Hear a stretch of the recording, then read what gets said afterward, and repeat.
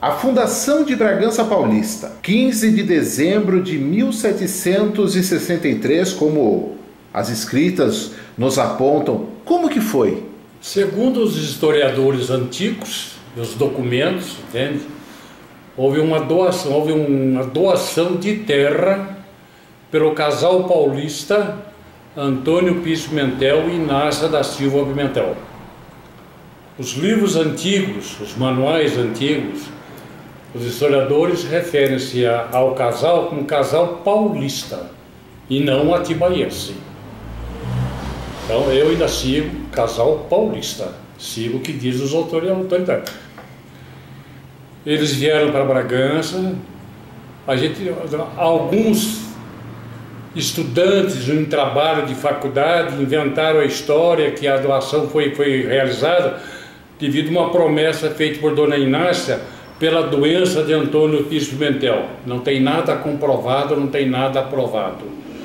Nos próprios anais da igreja, no livro tombo número 1, que tem o histórico da fundação de Bragança, o padre na época fez aquele histórico, o padre José Carlos de Aguirre, que depois foi bispo de Sorocaba, né?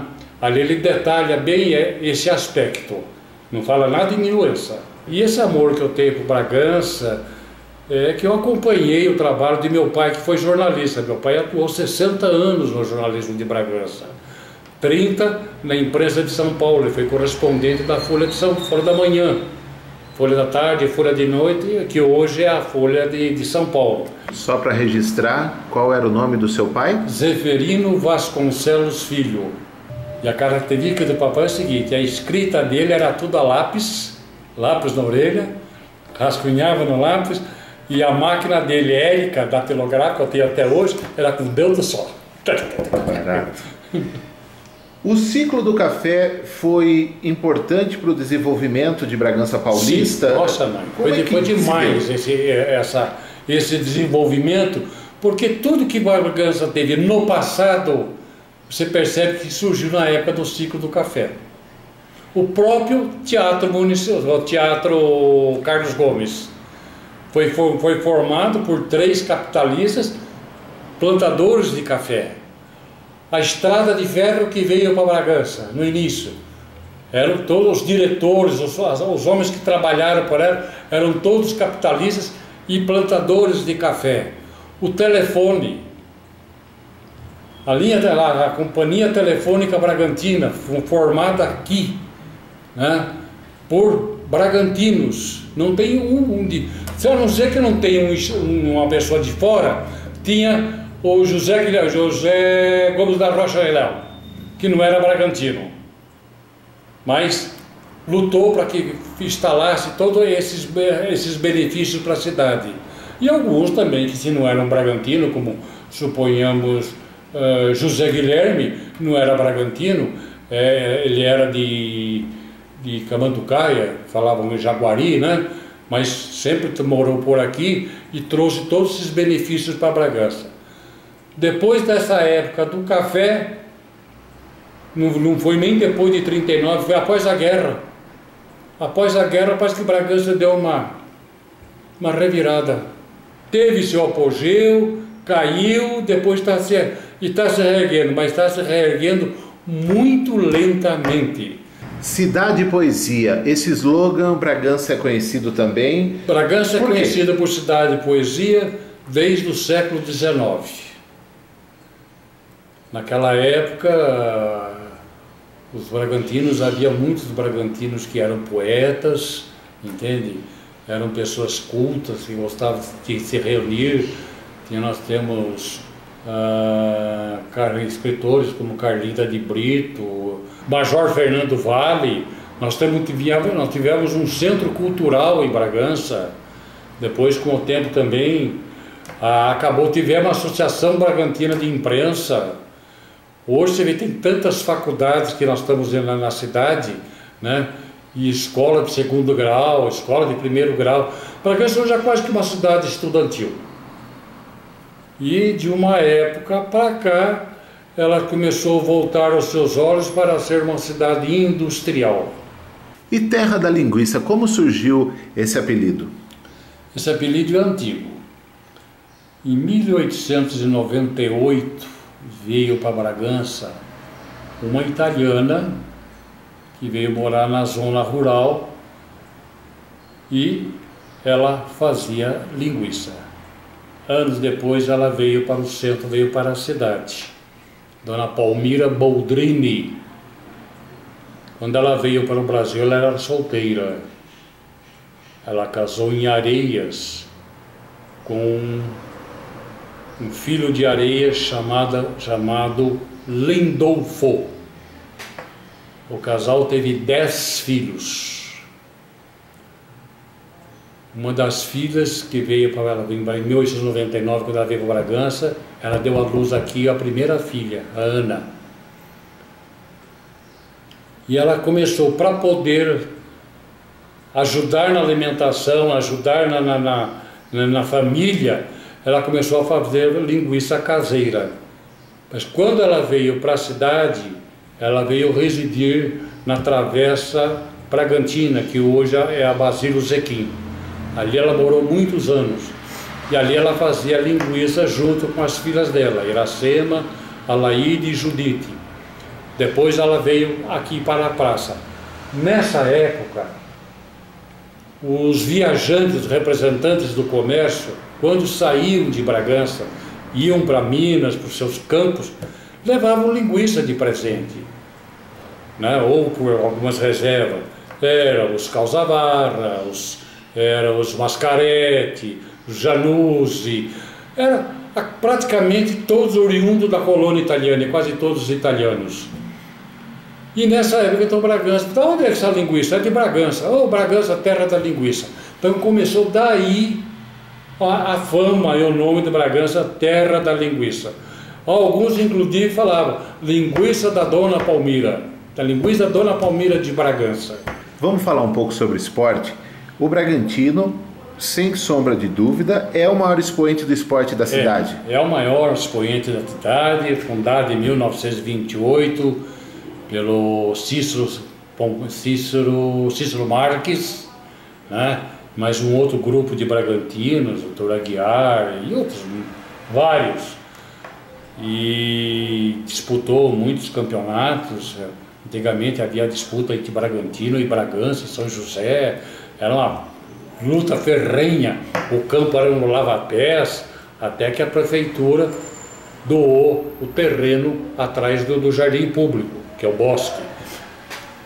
E quem fez essa doação, salvo engano, era na época que o prefeito era o Marcelo Steffani, que inclusive era atleta do Bragantino. Então houve um tempo que a diretoria, em homenagem, deu a denominação ao estádio o nome do Marcelo. Estádio Marcelo Steffani. Ele chegou a ser presidente? Eu acho, não tenho muita certeza. Eu acho que sim, deve ter chegado, não tenho assim muita certeza. Sei que ele foi atleta do Bragantino. E por muitos e muitos anos o Bragantino disputou campeonatos e sempre o estádio Marcelo Steffani. Depois que ele faleceu e que assumiu a família Chedi, resolveram mudar o nome. Eu sou contra. Não aprovei e não aprovo até hoje. Eu acho que o seu Nabi fez algo para o Bragantino. Fez. Não vou dizer que não fez, porque ele fez nem muito. Mas ele deveria ser o complexo esportivo todo ser chamado Nabi Abichedi. Mas o estádio de futebol teria que ser Marcelo Steffani, que ele foi atleta, ele que doou o prédio, entende? O terreno, e aí ajudou na construção do estádio. Voltando à questão do telefone, Bragança Paulista teve a companhia de telefone e foi a primeira vez que foi a primeira ligação interurbana no interior foi aqui em Bragança, entende? Então não houve esse negócio que quem inaugurou foi Dom Pedro II, não foi Dom Pedro II. Para começar na história, assim, pega o jornal da época, o Guaripocaba, se não me engano, ou o Republicano, não, Guaripocaba. Ele conta toda a reportagem da visita do imperador e da imperatriz. Eles ficaram 4 horas em Bragança, somente. Então diz que eles chegaram em Bragança, desceram na estação de Bragança, que era no Taboão, naquela época chamava Estação de Bragança, mudou o nome só em 1914, que houve a mudança, né? Antes era Bragança, quando construíram a outra lá que houve a mudança. Estava chovendo, então ele mal deu para ele visitar a cidade, porque a cidade não era calçada, era um barro danado, não viu toda a cidade enfeitada com as banderolas, né? E foi para um almoço na casa do vigário de Bragança, Padre Francisco Claro, que era amigo dele. Depois do almoço, a imperatriz foi na casa numa das residências das madames da época para descansar. Ele foi visitar a escola do professor Policarpo, que era na Coronel João Leme, onde muitos anos depois tornou-se o primeiro grupo de Bragança, que era uma escola isolada. Ali, depois de muitos anos, tornou-se o Colégio Sagrado Coração de Jesus. Depois de lá que veio fizeram o prédio novo aqui com o Jorge Tibiriçá. E da visita que ele fez à escola do professor Policarpo, consta na reportagem do jornal, que ele foi visitar a fazenda de um dos Lemes, Silva Leme aí, que ele foi fazer a visita. Depois, 4 horas da tarde, ele foi embora. Ele deixou uma espada, entende, na câmara de lembrança, e eu vi, me apresentou, ele doou uma caneta para a igreja Matriz de Bragança, para a paróquia Nossa Senhora da Conceição. Ele fez a doação. E voltando ao Lago do Taboão, essa região, o lago mesmo, o senhor me contou ali agora há pouco que foi construído pela empresa. O lago antigamente era um brejão. Houve uma união dos funcionários da Estrada de Ferro, mais DR e mais prefeitura. Eles fizeram a limpeza do lago e foram tirando as taboas. E pouco a pouco o lago foi surgindo. Foi daí que surgiu o lago. Até essa época não existia o lago, existia um brejão cheio de taboa. Bragança Paulista também teve alguns filhos nascidos aqui que não viveram no município, mas que ganharam notoriedade nacional. Mas o Casper Líbero e o Casper Líbero nasceu em Bragança, ele foi criança para São Paulo e fez toda a vida dele em São Paulo.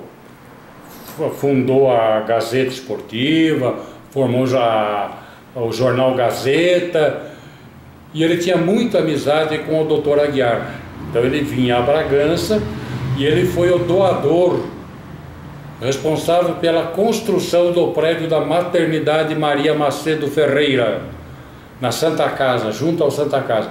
Hoje ela está extinta, hoje o prédio está sendo ocupado por outros setores do hospital. A maternidade em si, ela terminou. E nós tivemos também Cândido Fontoura. Mas Fontoura também nasceu em Bragança. Que eu saiba, nunca vi nada que ele tenha feito de importante ou de bem pela cidade. O inventor do biotônico Fontoura? Olha, a história do biotônico Fontoura é o seguinte: tem um livretinho do biotônico Fontoura onde diz que a fórmula era de um farmacêutico de Bragança. Eu tenho esse livreto, a fórmula de um farmacêutico de Bragança. Tanto que quando a esposa do Fontoura, que ele era conhecido, chamado por Candinho, ficou doente, esse poção, esse remédio, quem fabricou foi esse farmacêutico. E que na bula constava, entende? Bula de dar o nome. Então eu acredito que ele simplesmente explorou o comércio. Ele não é o que descobriu a fórmula. Entende? Para mim, eu acredito nisso daqui. No que está naquele livro, naqueles diarinhos que saía anualmente, almanaque. Fontoura, eu tenho esse almanaque. Os pracinhas que lutaram na Segunda Guerra Mundial. Sim. Foi um gesto que marcou muito a população do município. Muito. Os gestos são os heróis que muita gente não reconhece. Hoje, que eu sabia, existia dois. Ultimamente, na última, dia 9, foi homenageado o Moacir. O seu Moacir é nosso vizinho aqui, né, na praça. Mas tem o seu Luiz Caetano de Moura. E não tenho ouvido mais falar o nome do seu Luiz Caetano. E não ouvi também no jornal homenagem a ele. Não sei se o seu Luiz está vivo, está entre nós, eu não sei. Eu tinha muita amizade com o seu Luiz, conheci muito o seu Luiz Caetano. Agora o Moacir eu conheço de longa data, tempo que ele trabalhava no cartório, né? Trabalhava no cartório Sobertino, e sempre aquele jeitinho dele. Ele é filho de Tuiuti, nasceu em Tuiuti. Aquele jeitinho dele calmo, sossegado, tranquilo. Está sempre passando por aqui, a gente conversa de vez em quando. São heróis, esses homens aqui são heróis. E aqueles que também caíram em batalha, né? Bom, que faleceu não era Bragantino, né?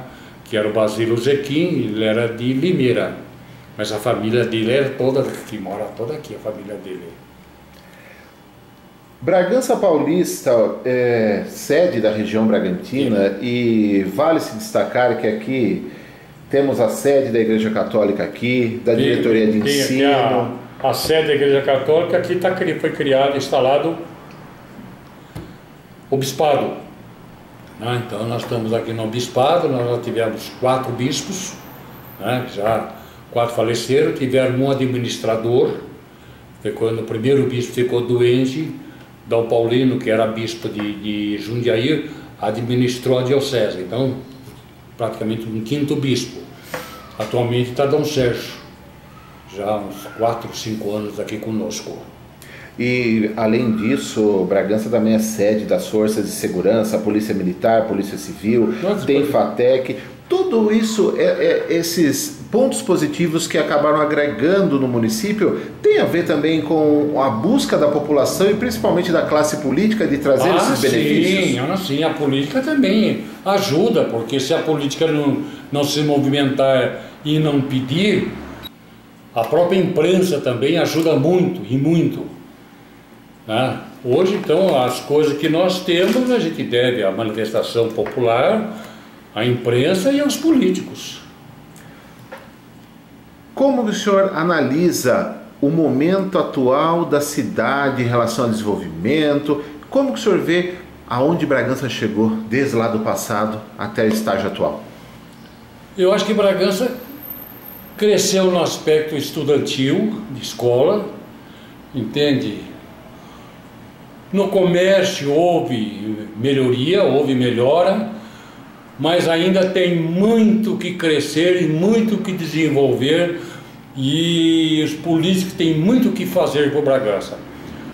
Mais uma vez eu agradeço sua participação em nossos jornais, seu José Roberto Vasconcelos, e peço para finalizar essa entrevista que o senhor, com todo o seu carinho, com todo o seu amor, faça a sua dedicação de um feliz aniversário à Bragança Paulista. Eu agradeço sua presença na minha casa, agradeço as pessoas que vão ouvir. E vê-lo também. E ver também. E a todos eu desejo um santo Natal, entende? Vamos festejar o nascimento do menino Jesus e aguardar um 2019 com muita felicidade e com muita confiança no novo governo que vem aí. É o que eu desejo a todos vocês. Parabéns, Bragança. E parabéns, Bragança, minha amada cidade.